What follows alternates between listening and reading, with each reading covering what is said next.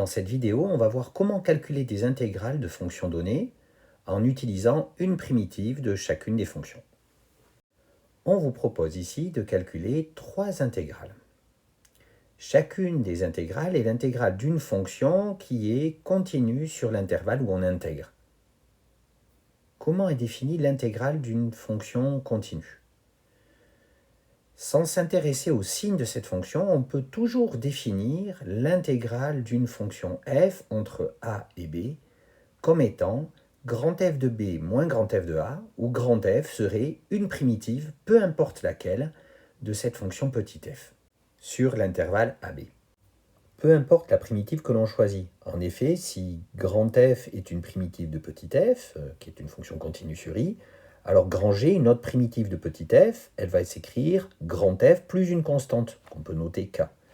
Et donc si au lieu de faire grand f de b moins grand f de a pour calculer notre intégrale, on faisait grand G de b moins grand G de a, ça donnerait grand f de b plus k moins grand f de a plus k.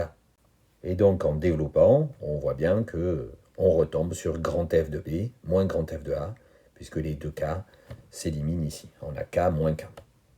Donc, pour calculer l'intégrale d'une fonction continue sur un intervalle donné, il suffit de déterminer une primitive de cette fonction. À vous de jouer. Mettez la vidéo en pause pour calculer ces trois intégrales.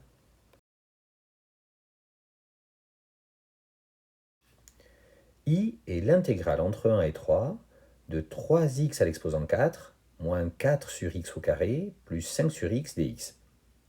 La fonction f que l'on intègre ici peut être décomposée comme une somme de trois fonctions de référence. Pour déterminer une primitive de cette fonction, il suffit donc de déterminer une primitive de chacun des trois termes qui composent cette fonction. Une primitive de la fonction qui a x associe 3x à l'exposant 4 et 3 sur 5 x à l'exposant 5. Une primitive de la fonction qui a x associe moins 4 sur x au carré et la fonction qui a x associe 4 sur x, parce que 1 sur x a bien pour dérivée moins 1 sur x carré. Et enfin, une primitive de la fonction qui a x associe 5 sur x et la fonction qui a x associe 5 ln de x.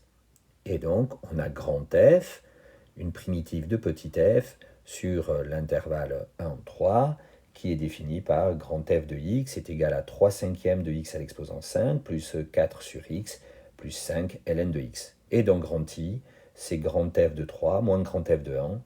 Et après calcul, on trouve que cela donne 2138 sur 15 plus 5 ln de 3, ce qui vaut environ 147,91.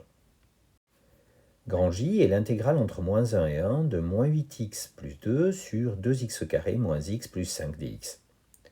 La fonction f ici est un quotient et on peut interpréter cette fonction f comme étant la dérivée à une constante près d'une fonction composée. En fait, si on pose u de x est égal à 2x au carré moins x plus 5, u' de x est égal à 4x moins 1, et donc f de x, c'est moins 2 fois u' de x sur u de x. On sait ici, en calculant le discriminant associé à cette fonction u, qu'il est négatif et que donc u est toujours strictement positive. Et donc, on sait que u' sur u, quand u est strictement positif sur un intervalle i donné, a pour primitive ln de u. Donc, grand f, une primitive de petit f sur moins 1, 1 est donnée par moins 2 ln de 2x carré moins x plus 5. Grand J, c'est donc grand f de 1 moins grand f de moins 1. Et donc, après calcul, on trouve que grand J est égal à 2 ln de 4 tiers, ce qui vaut environ 0,58. Grand K est l'intégrale entre 0 et pi sur 4 de sinus de 2x fois cosinus de 2x à l'exposant 5 dx. La fonction petit f ici peut être là encore considérée comme la dérivée à une constante multiplicative près d'une fonction composée. Elle est clairement de la forme u' fois u à l'exposant n, en posant u de x est égal à cosinus de 2x. La dérivée de cosinus de 2x, c'est 2 fois moins sinus de 2x, donc moins 2 sinus de 2x. Et donc, f de x, c'est moins 1 demi de u' de x fois u de x à l'exposant 5.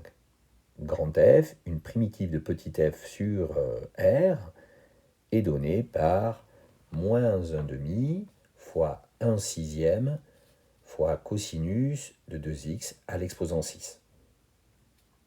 Et donc, si on calcule grand K, c'est grand F de pi sur 4 moins grand F de 0, et ça donne, après calcul, 1/12. Voilà, le tour est joué. On a réussi à calculer des intégrales de fonctions continues en déterminant une primitive de chacune des fonctions.